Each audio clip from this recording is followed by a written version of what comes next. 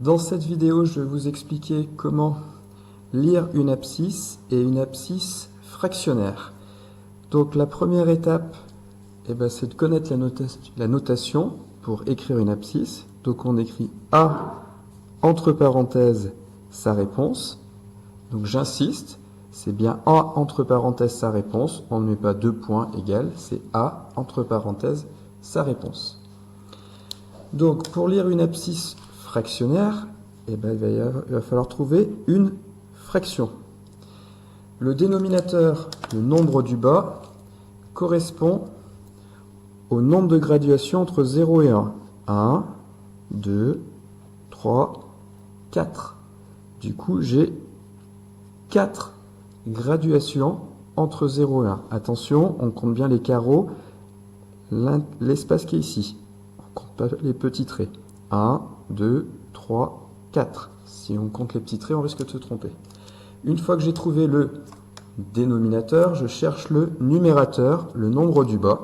Et le nombre du bas, c'est le nombre de graduations entre 0 et la lettre, ici A. 1, 2 et 3. Du coup, l'abscisse de A est 3 quarts. 3 sur 4. Deuxième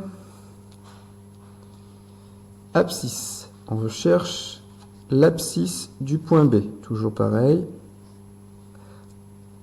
B, entre parenthèses, la réponse.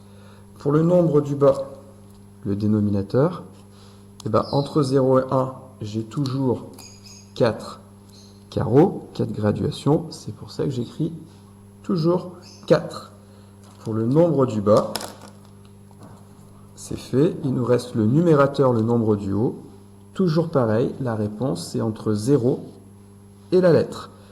Donc 1, 2, 3, 4, 5 et 6. Du coup, la réponse est 6 sur 4. On peut aller bien entendu plus vite, puisqu'on sait déjà qu'entre 0 et 1, j'ai 4. Il ne me reste plus qu'à compter 5 et 6. Du coup, l'abscisse de B est 6 quarts. On continue avec le deuxième exemple. Le deuxième exemple, c'est toujours pareil. On cherche l'abscisse du point C. Donc on met C entre parenthèses sa réponse. C'est une fraction. Je mettrai fraction. Au dénominateur, je cherche combien j'ai de graduation entre 0 et 1. Le souci ici, c'est que j'ai que 4 et 5. J'ai plus l'origine et l'unité 1. Mais entre 0 et 1, j'ai le même nombre de graduations qu'entre 4 et 5. Du coup, je compte ici. 1, 2, 3, 4, 5. Du coup, au dénominateur, je vais avoir 5. Je recherche le numérateur. Donc le numérateur, c'est un peu plus compliqué puisque cette fois-ci, on ne peut pas démarrer de 0. Mais on sait qu'entre 0 et 1, j'ai 5. Entre 1 et 2, 5. Entre 2 et 3, 5. Entre 3 et 4, 5. Du coup, j'ai 5 plus 5 plus 5 plus 5, 4 fois. 4 fois 5, 20. Donc quand j'arrive ici, je suis déjà à 20.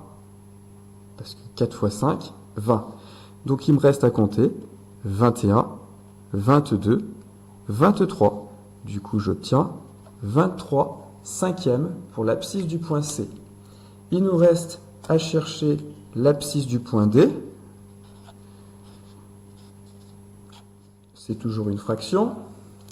Entre 0 et 1, j'ai toujours le même nombre de graduations, le même nombre de graduations qui est toujours le même aussi entre 4 et 5, c'est-à-dire ici 5. C'est ce qu'on a calculé tout à l'heure, ce qu'on a compté tout à l'heure. Il nous reste à trouver le numérateur. Le numérateur, comme tout à l'heure, je vous ai dit entre 0 et 1, j'ai 4 carreaux. Donc pour aller jusqu'à 4, j'ai 5 carreaux plutôt. Donc pour aller jusqu'à 4, j'ai 20. D'accord ? J'en rajoute 5 pour aller jusqu'à 5, 25.